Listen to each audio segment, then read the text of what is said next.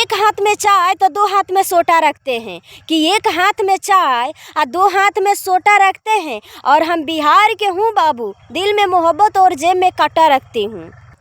कि बात बात पर लड़ेला तुहर पटीदार ना हई, कि बात बात पर लड़ेला तुहर पटीदार ना हई। आ दिमाग तो गरम बढ़ले बाकी दिल के हम बेकार ना हई। अरे ये अजय तू बार बार रूठबो और हम बार बार मनाएम, कि तू बार बार रूठबो और हम बार बार मनाएम। तुहर गर्लफ्रेंड हई कोनो तुहर मेहरारू ना हई। कि पानी में मत मारा पत्थर ओकरो के केहू पियत होखी, कि पानी में मत मारा पत्थर ओकरो के केहू पियत होखी। अरे ये मुकेश ऐसे उदास होके बैठल मत कर, काहे से कि तोहरो के देख के केहू जियत होखी।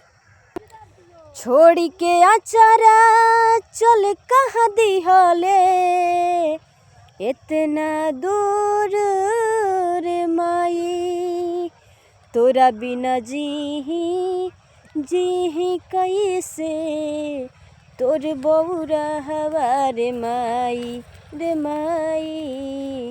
तोरा बिना जी कैसे तोर बौरा हवा रे माई।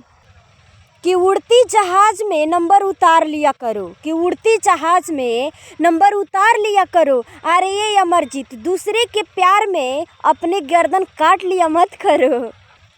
कि भरोसा जन करिए चंदनवा बैटरी वाला गाड़ी पर, कि भरोसा जन करिए चंदनवा बैटरी वाला गाड़ी पर। आ जहे ना तहे पलट जाला चोट लागी तोरा गाड़ी। कि तोहरा के अपना दिल के पेटिया में रख लेनी सोना के बोटा समझ के, कि तोहरा के अपना दिल के पेटिया में रख लेनी सोना के बोटा समझ के। अरे ये राकेश तू हमरा दिल के मार के भचका देहल अपन छोना लोटा समझ। कि शीत गिरने से क्या फ़ायदा जबकि बरसात ना हो, कि शीत गिरने से क्या फ़ायदा जबकि बरसात ना हो। आ प्यार करने से क्या फ़ायदा ये अजय जी जबकि मुलाकातें ना हो।